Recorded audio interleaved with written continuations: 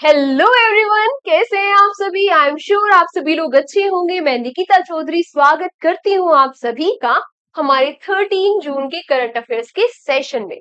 मुझे बहुत दिनों से कमेंट्स आ रहे थे, पर्सनल डीएम्स आ रहे थे कि मैम इसका टाइम शिफ्ट कर दो, थोड़ा जल्दी कर दो, थोड़ा जल्दी कर दो। तो आज से आपको ये सेशन देखने को मिलेगा सुबह 7 बजे। आपको ये डेली सेशन देखने को मिलेगा सुबह 7 बजे। ठीक है, तो स्टार्ट करते हैं अपनी क्लास को। अब रोज किस टाइम आपको आ जाना है? 7 बजे रोज। स्टार्ट करते हैं अपनी क्लास को। हमारा फर्स्ट क्वेश्चन क्या है? Which country will host the hockey mains junior world cup in 2025? Hockey mains junior world cup 2025 में कौन सी कंट्री होस्ट करने वाली है? तो ये कौन सी कंट्री होस्ट करने वाली है? ये करने वाला है हमारा प्यारा भारत। कौन सी कंट्री होस्ट करने वाली है? हमारा प्यारा भारत। अच्छा, इस बार इंडिया इसको फोर्थ टाइम होस्ट करेगा। 2025 में इंडिया इसको कौन सी बार होस्ट करेगा? चौथी बार होस्ट करेगा। तो मैम हमने पहले 3 बार कब कब होस्ट की है? तो हमने फर्स्ट टाइम होस्ट की थी 2013 में, उसके बाद 2016 में, और लास्ट टाइम हमने करी थी 2021 में होस्ट की थी। ठीक है, इतना तो समझ में आता है। ये तो हो गई इंडिया की बात। ये ओवरऑल फर्स्ट टाइम कब होस्ट हुआ था? तो ये फर्स्ट टाइम हुआ था, ये जो हॉकी टूर्नामेंट है, ये फर्स्ट टाइम कौन सी हॉकी टूर्नामेंट है? ये है हॉकी मेंस जूनियर जो वर्ल्ड कप है। ये फर्स्ट टाइम कब हुआ था? ये फर्स्ट टाइम हुआ था 1979 में। ठीक है, ये बात भी समझ में आती है। ये लास्ट टाइम कब हुआ था? लास्ट टाइम हुआ था ये 2023 में। और 2023 में इसका 13th एडिशन था। कौन सा एडिशन था? 13th एडिशन था। तो 2025 में इसका कौन सा एडिशन होने वाला है? 14th एडिशन होने वाला है। 2023 में ये होस्ट किसने किया था? 2023 में ये होस्ट किसने किया था? इसका विनर कौन था? और इसमें रनर अप कौन था? आप लोग मुझे जल्दी जल्दी बता दो। क्या कह रहे हो मैम, इतना डीप में पढ़ के क्या करेंगे? अरे भाई, ये इंपॉर्टेंट हो जाता है। क्यों इंपॉर्टेंट हो जाता है? क्योंकि इसका अगला एडिशन इंडिया होस्ट करने वाला है। अब अगला एडिशन तो होगा 2025 में, लेकिन ये अभी अनाउंसमेंट हुई है हाल फिलहाल में। तो अभी जो अपकमिंग एग्जाम्स आ रहे हैं उनके लिए ये क्वेश्चन इंपॉर्टेंट हो जाता है, क्योंकि वो हो सकता है वो जो लास्ट इसका एडिशन हुआ था वहां से कोई क्वेश्चन उठा ले। तो कहाँ था ये? चलो मैं ही बता देती हूँ। कहाँ पर हुआ था? ये होस्ट करा था मलेशिया ने। किसने होस्ट करा था? मलेशिया ने। कहां पर? कुआलालंपुर में। जीता किसने था? जर्मनी ने। जीता किसने था? जर्मनी ने। और रनर अप कौन रहा था? यानी कि जर्मनी ने किसको हराकर जीता था? तो जर्मनी ने किसको हराया था? फ्रांस को। किसको हराया? फ्रांस को। अच्छा, इसको ऑर्गेनाइज कराता कौन है? तो इसको ऑर्गेनाइज कराता है FIH। अब ये FIH क्या होता है?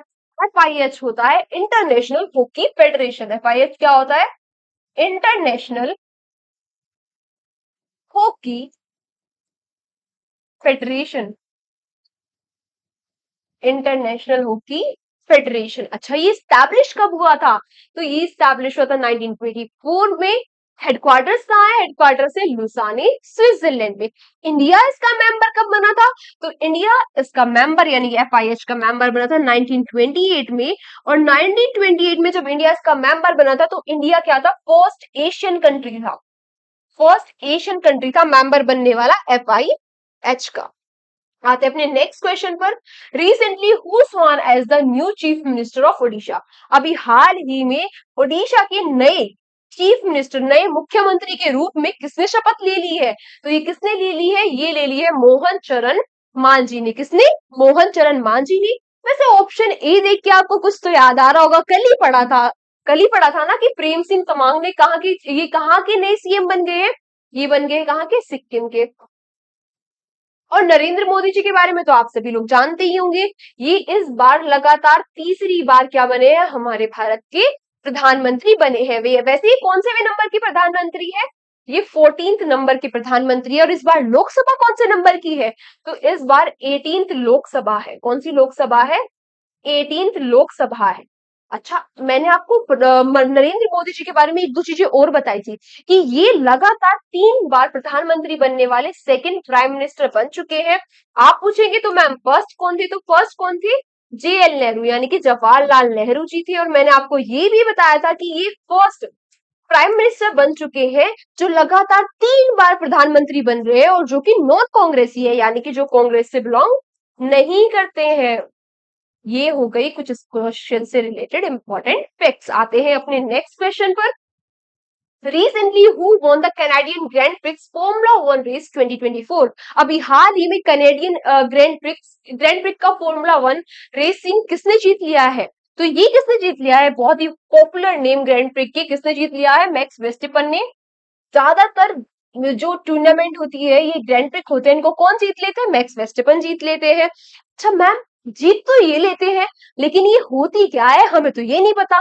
अच्छा, ये होती क्या है? ये होती है क्या? ये कार रेसिंग होती है। क्या होती है? कार रेसिंग होती है। और ये जो मैक्स वेस्टरपेन है, ये कार किससे बिलोंग करते हैं? ये बिलोंग करते हैं रेड बुल से। किससे? रेड बुल से। अब ये जो ऑप्शन, सेकंड ऑप्शन में नाम लिखा है, क्या आपको इस नाम को देख के कुछ समझ आ रहा है? नहीं आ रहा? जो ये सेकंड ऑप्शन में नाम लिखा है, इसे देख के आपको कुछ समझ आ रहा है? क्या नाम लिखा है? चार्ल्स लेक्रिक। चार्ल्स लेक्रिक ने, मैंने आपको कुछ ही दिन पहले भी पढ़ाया था कि चार्ल्स लेक्रिक ने कौन सी ग्रैंड प्रिक्स जीत ली है? Monaco grand prix. कौन सी? मोनाको ग्रैंड प्रिक्स किसने जीत ली है? चार्ल्स लेक्रिक ने। और ये किससे बिलोंग करते हैं? ये बिलोंग करते हैं फरारी से। किससे बिलोंग करते हैं? फरारी से। अच्छा, मैंने आपको बताया ना कि मैक्स वेस्टरपेन ने कई सारी ग्रैंड प्रिक्स जीत रखे हैं, तो कौन से जीत रखे हैं, एक बार उनके बारे में हम देख लेते हैं। तो मैक्स वेस्टरपेन ने कौन कौन से जीत रखे हैं? बहरीन ग्रैंड प्रिक्स जीता हुआ है, सऊदी अरेबियन ग्रैंड प्रिक्स जीता हुआ है, जापानीज ग्रैंड प्रिक्स जीता हुआ है, और चाइनीज ग्रैंड प्रिक्स भी जीता हुआ है। और अभी हाल में क्या जीत लिया? कैनेडियन ग्रैंड प्रिक्स भी जीत लिया है। आते हैं अपने नेक्स्ट क्वेश्चन पर। नेक्स्ट क्वेश्चन क्या है हमारा? Recently which countries vice president Saulos Klaus Chilima, died in a plane crash. अभी हाल ही में एक प्लेन क्रैश में सोलोसु क्लाउसु चिलिमा जी की मृत्यु हो गई है। तो पूछ रहा है कि ये किस कंट्री के वाइस प्रेसिडेंट यानी कि उपराष्ट्रपति थे? तो ये किस कंट्री के उपराष्ट्रपति थे? ये उपराष्ट्रपति थे किसके? मालवी के। किसके? मालवी के ये उपराष्ट्रपति थे। अच्छा, ये बात तो ठीक है, मालवी के उपराष्ट्रपति थे, लेकिन क्या आपको ईरान देख के और प्लान क्रैश देख के कुछ रिलेट नहीं कर पा रहे हो आप? क्या रिलेट कर पा रहे हो कि ईरान के क्या थे? ईरान के प्रेसिडेंट थे कौन? इब्राहिम रईसी। इब्राहिम रईसी जो थे, इनकी भी क्या हो गई थी? इनकी भी डेथ हो गई थी प्लेन क्रैश में। तो इनकी जगह जो वाइस प्रेसिडेंट, यहाँ पे इंटरिम वाइस प्रेसिडेंट है, वो कौन बन गई थी? Interim president, sorry. इनकी जगह पे इंटरिम प्रेसिडेंट अभी यहाँ पे कौन बन गए हैं? मोहम्मद मोहम्मद मुकबर। कौन बन गए हैं? मोहम्मद मुकबर यहाँ पे क्या बन गए हैं अभी? प्रेसिडेंट। कौन बन गए? प्रेसिडेंट। ठीक है। अच्छा, जाम्बिया देख के भी मुझे तो कुछ याद आ रहा है, आपको नहीं याद आ रहा? Elephant rich countries, Kaza summit. तो ये काजा समिट कहाँ पे हुई थी? ये जो काजा समिट थी, एलिफेंट रिच कंट्रीज की जो समिट थी, ये कहाँ पे हुई थी? जाम्बिया में हुई थी। और सेंट्रल अफ्रीकन रिपब्लिक देख के तो आपको पक्का याद आ रहा होगा, मैंने कितनी बार रिवाइज करा दिया। नहीं याद आया? अच्छा, मैं हिंट देती हूँ, अभी याद आएगा। सीरम इंस्टीट्यूट ऑफ इंडिया के साथ ऑक्सफोर्ड यूनिवर्सिटी ने मिलकर मलेरिया के अगेंस्ट एक वैक्सीन बनाई थी, जिसकी फर्स्ट कंसाइनमेंट भेजी गई थी सेंट्रल अफ्रीकन रिपब्लिक में। और उस वैक्सीन का क्या नाम था? क्या नाम था? R21 matrix M vaccine. ठीक है। आते हैं अपने नेक्स्ट क्वेश्चन पर। अच्छा, मालवी के बारे में हमने पढ़ा है, तो मालवी, अब मालवी कंट्री ही इंपॉर्टेंट हो जाती है क्योंकि ये न्यूज में है। तो इसकी कैपिटल क्या है? इसकी कैपिटल है लिलोंगवे। करेंसी क्या है? मालवियन कवाचा। और यहाँ की प्रेसिडेंट भी इंपॉर्टेंट हो जाते हैं। प्रेसिडेंट कौन है यहाँ के? लजूरुस चकवेरा। लजूरुस चकवेरा यहाँ के क्या हो जाते हैं? प्रेसिडेंट हो जाते हैं। जो ये मालवी है, ये क्या है? ये एक साउथ ईस्ट, क्या है? साउथ ईस्ट अफ्रीकन कंट्री है। साउथ ईस्ट अफ्रीकन ये कंट्री है। नेक्स्ट क्वेश्चन क्या है हमारा? When the first time international day of play celebrated, पहली बार इंटरनेशनल डे ऑफ प्ले कब सेलिब्रेट किया गया? अभी हाल ही में इसकी अनाउंसमेंट किसके द्वारा की गई? यूएन यानी कि यूनाइटेड नेशंस के द्वारा। यूनाइटेड नेशंस के द्वारा भी हाल ही में इसके लिए अनाउंसमेंट की गई। और पहली बार ये डे कब सेलिब्रेट किया गया? ये सेलिब्रेट किया गया कब? 11 जून को। वैसे हम 9 जून को क्या सेलिब्रेट करते हैं? क्या सेलिब्रेट करते हैं? जल्दी बताओ, मैंने पढ़ाया हुआ है। क्या सेलिब्रेट करते हैं 9 जून को? हम क्या सेलिब्रेट करते हैं? कुछ याद आ रहा है? वर्ल्ड आर्काइव डे जैसा। क्या सेलिब्रेट करते हैं? World archive day. 8 जून को हम क्या सेलिब्रेट करते हैं? World ocean day. और 7 जून को हम क्या सेलिब्रेट करते हैं? World food safety day, world food safety day. और इस बार की सेफ्टी डे, इस बार की थीम क्या थी? इस बार की थीम थी food safety prepared for unexpected, food safety prepared for unexpected. आते हैं अपने नेक्स्ट क्वेश्चन पर। Where will be the Ukraine peace summit है? अब जो ये यूक्रेन पीस समिट कहां पर होने वाली है? देखो ये जो यूक्रेन पीस समिट है ये होने तो वाली है कहां पर? स्विट्जरलैंड। और स्विट्जरलैंड में भी कहां पर? Burn, Switzerland. स्विट्जरलैंड के बर्न में पीस समिट होने वाली है। भगवान ही जाने ये कैसी पीस समिट होगी। वोर तो हो रही है यूक्रेन और रशिया के बीच में। आप लोग सभी लोगों को पता होगा कि यूक्रेन और रशिया के बीच में लगभग 2 साल से भी ज्यादा, लगभग 2 साल से भी ज्यादा से वॉर चल रही है। अब यहाँ पे क्या हो रही है? इन दोनों के बीच में शांति करने के लिए हो रही है पीस समिट। लेकिन इस पीस समिट में जो रशिया है, रशिया ने आने से ही मना कर दिया। अब भगवान ही जाने किसके बीच में पीस कराएंगे। अच्छा, यहाँ से हमारे लिए तो एक चीज इंपॉर्टेंट हो जाती है। क्या इंपॉर्टेंट हो जाती है? एक ऑपरेशन आप सभी को याद आ रहा होगा, और वो ऑपरेशन कौन सा है? Operation Ganga. Operation Ganga. Operation Ganga हमने क्यों लॉन्च किया था? जब यहाँ पे ये रशिया और यूक्रेन के बीच में वॉर हो गई तो यहाँ से अपने इंडियन पीपल को इवैक्यूएट करने के लिए, यानी कि अपने भारतीय लोगों को वहां से वापस इंडिया लाने के लिए कौन सा ऑपरेशन लॉन्च किया गया था? ऑपरेशन गंगा। और ऑपरेशन अजय क्यों लॉन्च किया गया था? ये आप लोग मुझे बताओगे। क्या कह रहे हो? आप तो क्वेश्चन इग्नोर कर दोगे। चलो मैं ही बता देती हूँ। तो ऑपरेशन अजय क्यों लॉन्च कर दिया? अभी आपको पता होगा 8 महीने पहले एक और वॉर हुई थी इजराइल और हमास के बीच में। तो इजराइल से अपने लोगों को वापस लाने के लिए कौन सा ऑपरेशन हमने लॉन्च किया था? ऑपरेशन अजय। आते हैं अपने नेक्स्ट क्वेश्चन पर। Recently which organisation so serious concern on the practice of nata pratha? नाता प्रथा के लिए अभी किस ऑर्गेनाइजेशन ने सीरियस अपना कंसर्न दिखाया है? वैसे आज, कल शाम, कल शाम हमने 6 बजे, 6 बजे, शाम 6 बजे हमने अपनी इंस्टाग्राम पे ये टॉपिक कवर किया था नाथा प्रथा के बारे में। ये नाथा प्रथा होती क्या है? देखो ये नाथा प्रथा क्या होती है? जो राजस्थान है, मध्य प्रदेश है, उत्तर प्रदेश है और गुजरात है, इनके रूरल एरियाज में कुछ कम्युनिटीज है, कुछ कम्युनिटीज है जो इस नाथा प्रथा की अभी, जिनमें ये नाथा प्रथा अभी भी प्रचलित है। अब ये नाथा प्रथा है क्या? देखो यहाँ इन कम्युनिटीज के जो लोग हैं वो अपनी ही बेटियों को कुछ पैसों के लिए शादी के नाम पर बेच देते हैं। कहते हैं कि हम शादी कर रहे हैं, लेकिन जिसके साथ शादी करते हैं उससे क्या ले लेते हैं? अपनी बेटी के बदले पैसे ले लेते हैं।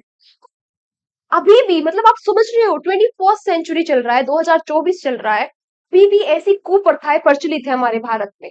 तो अभी हाल ही में किसने इसके लिए, इस प्रथा के खिलाफ कंसर्न दिखाया है? ये दिखाया है national human right commission, NHRC। किसने? नेशनल ह्यूमन राइट कमीशन ने अभी हाल ही में इसके प्रति क्या दिखाया? सीरियस कंसर्न दिखाया है। अब ये है क्या नेशनल ह्यूमन राइट कमीशन?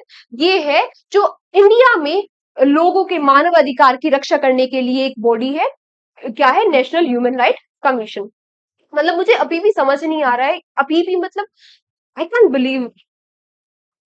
आते अपने नेक्स्ट क्वेश्चन पर, छोड़ो उसको, सीरियस मुद्दा हो जाएगा नहीं तो। नेक्स्ट क्वेश्चन हमारा क्या कह रहा है? Recently World Bank release the container port performance index 2023। अभी हाल ही में वर्ल्ड बैंक ने कंटेनर पोर्ट परफॉर्मेंस इंडेक्स 2023 को रिलीज किया। इसमें in which in this index which Indian port include in top 20। इस इंडेक्स में टॉप 20 में भारत के किस पोर्ट को इंक्लूड किया गया? तो किस पोर्ट को इंक्लूड किया गया? ये किया गया विशाखापट्टनम पोर्ट को। और इसकी क्या रैंक आई है इसमें? इसमें 19th रैंक आई है। अच्छा, सेकंड नंबर पे इंडिया में कौन है? ये है अडानी जी का मुंद्रा पोर्ट, और ये 27th नंबर पे है, ये 27 नंबर पे है। अच्छा, लोथल क्या है? लोथल है इंडिया का oldest port, oldest port of India. ये हड़प्पन सिविलाइजेशन के टाइम पर इंडिया का पोर्ट है। How many women have been elected in the Modi 3.0 cabinet? अभी हाल ही में मोदी की 3.0 कैबिनेट बनी है, आप सभी लोगों को पता होगा। तो आपसे पूछ रहा है कि इसमें कितनी महिलाएं हैं? तो इसमें कितनी महिलाएं हैं? इसमें 7 महिलाएं हैं, जिनमें से 2 महिलाएं क्या है? Cabinet minister. क्या है? Cabinet minister. और 5 महिलाएं क्या है, मिनिस्टर ऑफ स्टेट। तो जो दो कैबिनेट मिनिस्टर्स है ये हमारे लिए क्या हो जाती है, महत्वपूर्ण हो जाती है। ये कौन कौन है, एक एक तो है हमारी निर्मला सीतारमन जी, निर्मला सीतारमन जी, ये क्या है, हमारी फाइनेंस मिनिस्टर,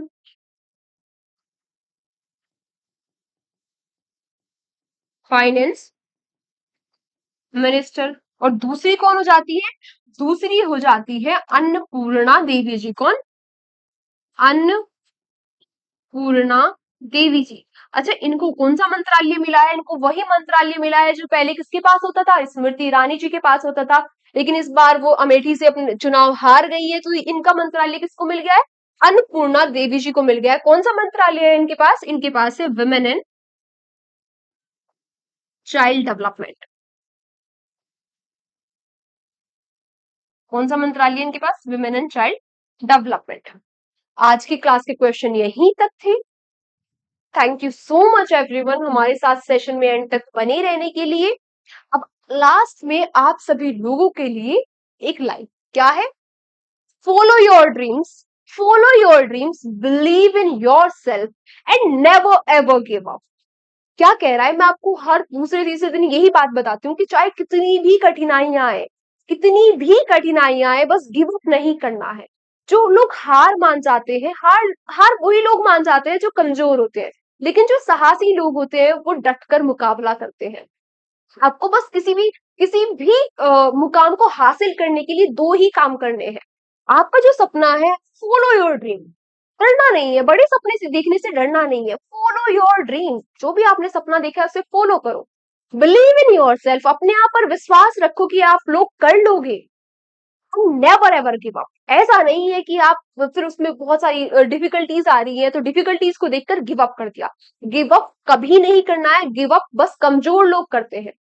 आप कमजोर नहीं हो इसलिए आप गिव अप नहीं करोगे, बिलीव इन योर सेल्फ। आज की क्लास को हम यहीं तक रखते हैं, कल के सेशन में आपसे फिर मुलाकात होगी। और लास्ट में मैंने आज नाता प्रताप को पढ़ाई है। नाता प्रताप में मतलब कितनी सारी कुरीतियां, इतनी सारी, मतलब आज के टाइम पे भी ऐसी कुप्रथा हमारे देश में प्रचलित है। जितने भी लोग मुझे देख रहे हैं, बस मैं उनसे यही कहना चाहूंगी, रिस्पेक्ट गर्ल्स, गर्ल्स बॉयज से मैं कहना चाहूंगी रिस्पेक्ट गर्ल्स, सेम मैं गर्ल्स से कहना चाहूंगी रिस्पेक्ट बॉयज। ऐसा नहीं है कि गर्ल्स को रिस्पेक्ट की जरूरत है, बॉयज को भी जरूरत है। तो रिस्पेक्ट ईच अदर। बस गर्ल्स को क्या चाहिए, इक्वल अपॉर्चुनिटी, इन कुप्रथाओं से छुटकारा चाहिए। Respect each other. अपना ध्यान रखिए, अपना टेक केयर, बाय बाय। कल के सेशन में आपसे फिर मुलाकात है।